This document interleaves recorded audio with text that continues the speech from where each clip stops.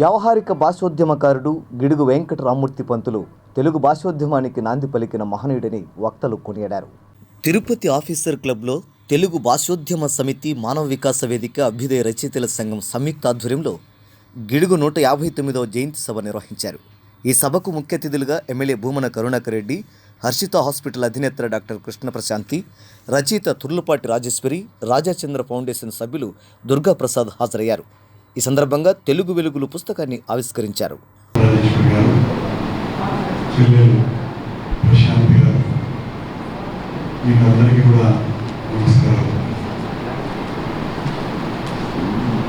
ఏడు సాహిత్య సంస్థలు కలిసి ఒక చిన్న కార్యక్రమాన్ని ఈ రోజున నిర్వహిస్తున్నాయి.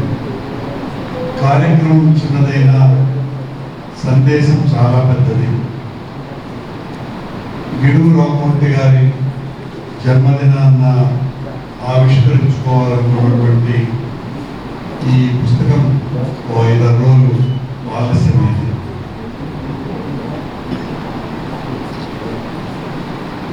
నేను ఎప్పుడు చెప్తూ ఉంటాను, ఈ సాహిత్య సంస్థలు ఇవన్నీ కూడా నిజానికి చాలా బలహీనమైనటువంటి, బలం ఉన్నటువంటి సంస్థలు కావచ్చు. ఉండేదే 4-5, మళ్ళీ 3-4 చీలికలు. ఇలా కాకుండా ఒకటిగా కనీసం పెట్టుకున్నటువంటి సంస్థలన్నీ కూడా ఒకటైతే తలా ఇంక పంచుకోవచ్చు, స్పేస్ ఎక్కువ తీసుకోవచ్చు. ఎందువల్లంటే ఒకే సంస్థగా ఎప్పటికీ అయ్యే ప్రసక్తే లేదు. ఇది చరిత్ర మనకు చెప్పినటువంటి పాఠం. ఏ విజ్ఞానవంతులు ఏం తప్పుపట్టాల్సినటువంటి పని కూడా ఇవన్నీ కూడా అస్తిత్వానికి సంబంధించినటువంటి సమస్యలు. అస్తిత్వం ఇంకొకటి సంకన ఎక్కడానికి ఇష్టపడదు. నాకేమి, నేనేమి తక్కువ అనేటువంటి దాని లక్షణం. కనుకనే సాహిత్య సంస్థలు కదా మీరు చూస్తే పొలిటికల్ పార్టీస్ కావచ్చును, ఇంకా అనేక రకాలైనటువంటి ఆర్గనైజేషన్స్ ఏవైనా కూడా సమాన స్థాయి ఉన్నటువంటి వాళ్ళు ఒకే సంఘంలో ఉండటం అన్నది సంభవం కాదు. ఇది చరిత్ర నేర్పినటువంటి పాఠం. కాకపోతే మా నాగరాజు గారు లాంటి వాళ్ళు, కొంపెల్ల జనార్దన్ రావు గారు, శ్రీరంగం నారాయణ బాబు, చివసాని ప్రసాద్, మాకు తెలిసినప్పుడు ఒక ఆయన రంగనాథన్ గారని, ఇలాంటి వ్యక్తులు తమ కోసమని కాకుండా ఇతరుల కోసమని బ్రతికేటువంటి వాళ్ళు. ఇతరుల అస్తిత్వాన్ని మరింత ముందుకు నెట్టాలనేటువంటి ప్రయత్నం చేసేటువంటి వాళ్ళు. కనుక నాగరాజు లాంటి వాళ్ళు ఉంటే ఒక ఊరిలో విభేదాలు ఎన్ని ఉన్నా, శత్రుత్వాలు లేకుండా ఒకటిగా ఉండేటువంటి అవకాశం ఇలాంటి వ్యక్తులు ఉంటే సాధ్యం. లేదంటే సాహిత్య సంస్థల మధ్యన కూడా వైరుధ్యం నుంచి వైషమ్యానికి మారిపోయి కొట్టుకునేటువంటి పరిస్థితి వచ్చినా ఆశ్చర్యపడాల్సిన పని లేదు. అరసం విరసంల మధ్య జరిగినటువంటి సంవివాదము నాకు తెలుసును. విరసంలోనే ఏం జరిగిందో కూడా నేనే ప్రత్యక్ష సాక్షి. 1975 జనవరి నెలలో అనంతపురంలో. సరే, ఇట్లన్నింటికి నాకు ప్రశాంతి మీద కూడా నాగరాజు మాయ చేశాడు. ఎవరు ఇలాంటి వ్యవహారాలలో బలహీనమైనటువంటి లింక్ ఎక్కడ ఉండాలి అని కనిపెట్టారు. దొరకాలి కదా, మా మనిషి దొరకాలి.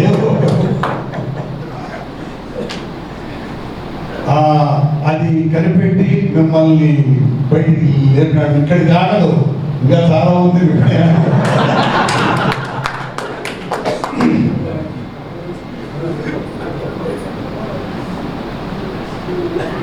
ఈ రోజున అందులో ఆశ్చర్యంగా వేదిక ముందున్నటువంటి వాళ్ళు వేదిక మీద ఉన్నటువంటి వాళ్ళ కంటే కూడా చాలా అనుమానమే లేదు, చాలా చాలా గొప్పవాళ్ళు. విషయాన్ని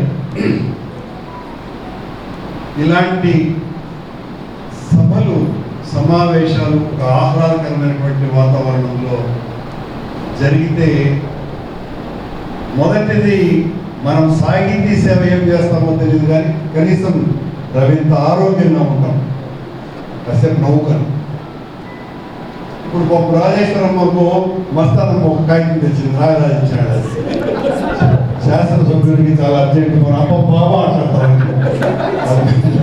మంచి మంచి విషయం చెప్తామని నాన్న. ఎప్పుడో 1933 పరంపురం అంటేనే ఇప్పుడు ఒరిస్సా కానీ అది పూర్తిగా మన ఆంధ్రులది. ఇప్పటికీ తెలుగు చాలా ఎక్కువ మంది మాట్లాడేటువంటి ఊరు కూడా అది. శ్రీశ్రీ గారికి చాలా ఇష్టమైనటువంటి ఊరు, వారి ప్రాణ స్నేహితుడు జనార్దన్ రావు వాళ్ళ ఊరు. ఉదయం సంచికనమ్మది వినోదినేనా ఉదయిని సంచిక పట్టుకొని అని ఎలిజీ, ఒక అద్భుతమైనటువంటి ఎలిజీ మహాప్రస్థానంలో జనార్దన్ రావు గారి మీద రాసినటువంటి ఎలిజీ. ఆ తర్వాత ఇప్పటి వరకు కూడా అంత గొప్ప ఎలిజీ ఒకటి లేదు, అది అందరూ కూడా అంగీకరించినటువంటి విషయం.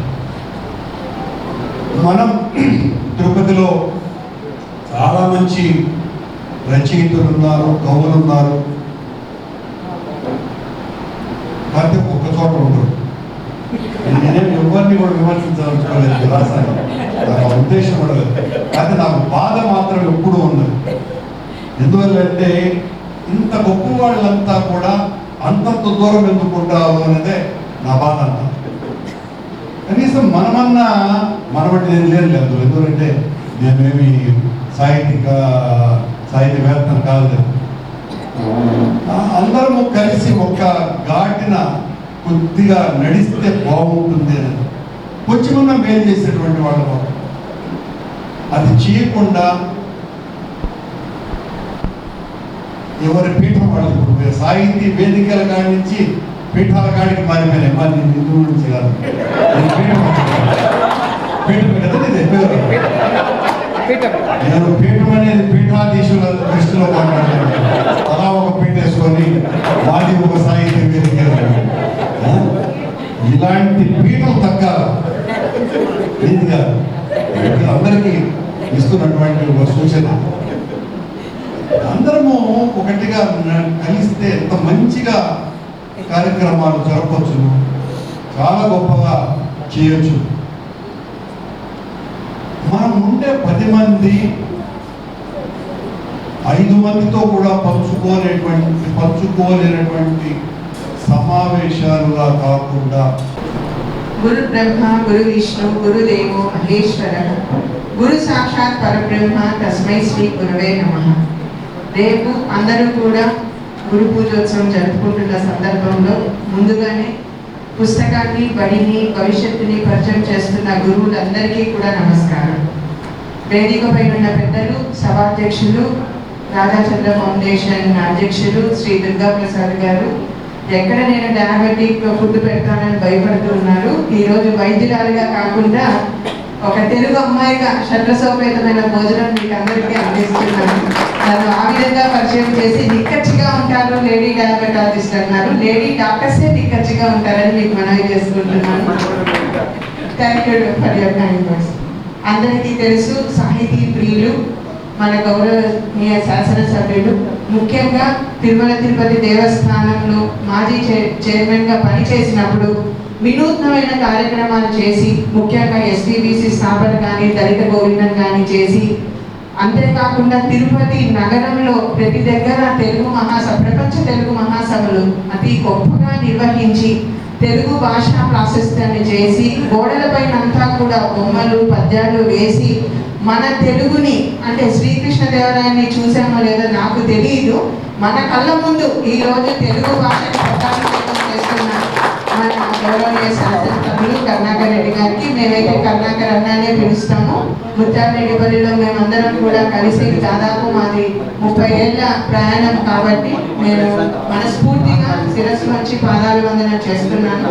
ఈ కార్యక్రమానికి ఈరోజు చాలా బిజీగా ఉన్నా కూడా ఒక నెల క్రితం మమ్మల్ని పిలిపించి ఏదైనా ఒక బుక్ని పరిచయం చేయండి, బుక్ ఆవిష్కరణ సభ పెట్టండి అని అడిగితే మా హస్బెండ్ తాతగారు ఒక కవి, ఆయన పుస్తకాలు చాలా ఉన్నాయి, అవి చూసి ప్రింటింగ్ చేసి పుస్తకావిష్కరణ అంటే లేట్ అవుతుంది, ఆ విషయం నాగరాజు గారికి చెప్పినప్పుడు ఇది ఒక బుక్ చేస్తున్నాము అని అన్నారు. ఈరోజు సప్త మాతృకలు అనేది అని అంటే తెలుగు భాషోద్యమ సమితి, మానవ వికాస వేదిక, అభివృద్ధి రచయితల సంఘం, రాధాచంద్ర ఫౌండేషన్, విశ్వశ్రీ సాహితీ సమాఖ్య, శ్రీ వెంకటేశ్వర రసజ్ఞ సమాఖ్య, శంకరంబాలి సాహితీ పీఠం. నేను ఒక ప్రశ్న అడిగాను, అందరూ దీంట్లో ఉండేవాళ్ళే కదా సార్, ఇన్నెందుకు ఉన్నాయి అని. కానీ ఈరోజు నిజంగా కూడా అందరూ ఏకతాటి పైన కలిసి వచ్చారు అని అంటే ఈ ఘనత కరుణాకర్ అన్న గారికి. ఎందుకంటే మనకు కృష్ణదేవరాయ దాంట్లో అష్టదిగ్గజాలు అన్నారు, మా సాయి హర్షిత చారిటబుల్ ట్రస్ట్ కలిస్తే అన్న నేను కూడా అష్టదిగ్గజాలు అయిపోతారు, మీరు కృష్ణదేవరాయలు అయిపోతారు. మనందరికీ కూడా తెలుసు ప్రపంచవ్యాప్తంగా కూడా 8 కోట్ల మంది మన తెలుగు భాషను మాట్లాడుతున్నారు.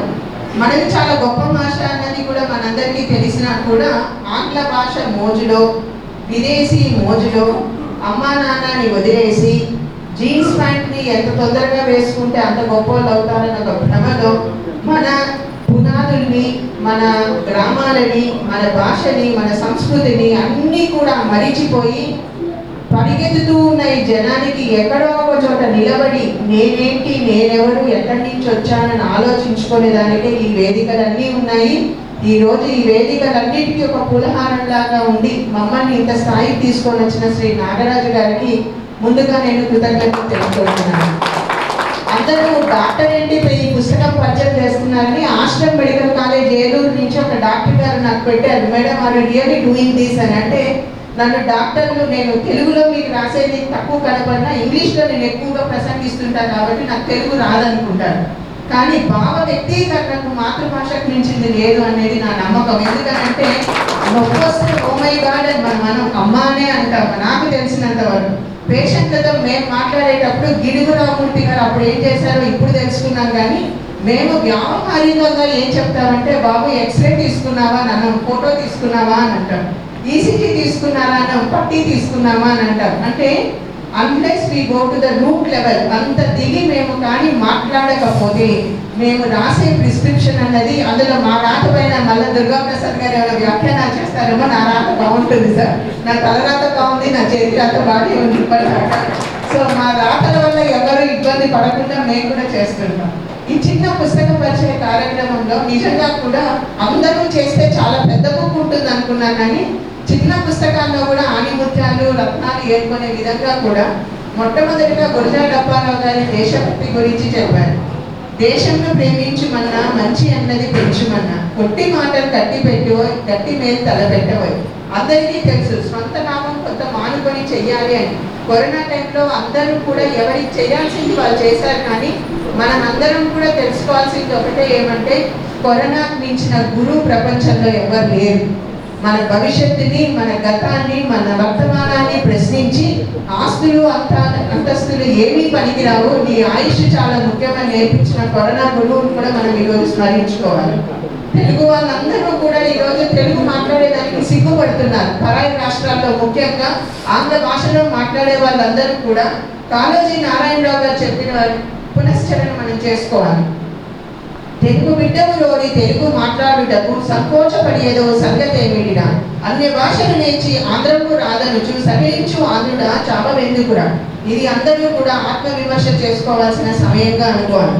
తుమ్మల సీతారామూర్తి గారు ఆంధ్రుడవై జన్మించితివి, ఆంధ్రుడవై అనుభవింపు మా అభీభవము, ఆంధ్రుడవై మరుణింపుము, ఆంధ్రత్వం లేని బ్రతుకు నాసికుమే. అంటే ఇంకా చిన్న చిన్న దాంట్లో ఎంతో గొప్పగా ఉద్యమ గీతాలు కానీ ఇవన్నీ చేసి, ముఖ్యంగా కూడా ఒక ఇంపార్టెంట్గా నాకు నచ్చినది దీంట్లో ఏంటంటే పుస్తకాలు చదవడం మనోవ్యాధులకి చికిత్స. ఇది నేను నిజంగా కూడా నమ్ముతాను. నా దగ్గర దాదాపు 2000 పుస్తకాలు దాకా ఉన్నాయి. ప్రతి సంవత్సరం మెడికల్ బుక్స్ ఒక్కొక్క బ్యాచ్ ఎడిషన్ పాతదైపోతే స్విమ్స్ కానీ మెడికల్ కాలేజీకి కానీ డొనేట్ చేస్తుంటాను. చాలా మంది అడుగుతారు, నాకు చీరల పైన మోజు లేదు, నగల పైన మోజు లేదు, కానీ కొత్త పుస్తకం కొంటే మా మెడికల్ బుక్స్ వేలల్లో ఉంటే ముందు పుస్తకం కొనుక్కొని దాన్ని పక్కన పెట్టుకొని దాన్ని చూసుకొని దాన్ని చదివితే మా ఇంట్లో వాళ్ళందరూ నన్ను చూసి నవ్వుతారంటే ఒక చిన్న పిల్లవాడికి చాక్లెట్ కొంటే ఎంత ఆనందం వస్తుందో పుస్తకం చూస్తే వచ్చే ఆనందాన్ని అనుభవించగలగాలి, మన పిల్లలకు నేర్పించాలి, మనం అది చేస్తేనే సంతృప్తిగా ఉంటుంది. ఈరోజు అన్నదాత సుఖీ భవ అని అన్నారు, కానీ మేము దాతలము కాదు, మీరు స్వీకర్తలు కాదు, మనమందరము కుటుంబంలో ఒక షేర్ చేసుకుంటున్నారు.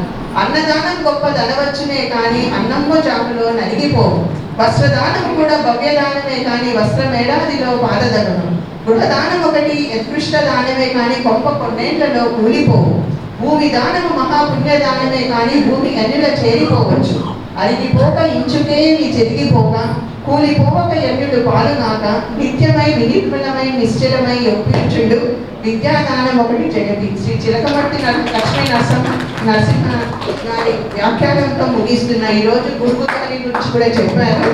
తుర్లపాటి రాజేశ్వరి గారి గురించి ఎందుకు ఆగానంటే ఆమె బయోడేటా నేను ఇప్పుడే పుస్తకంలో వెనక చదివేశాను.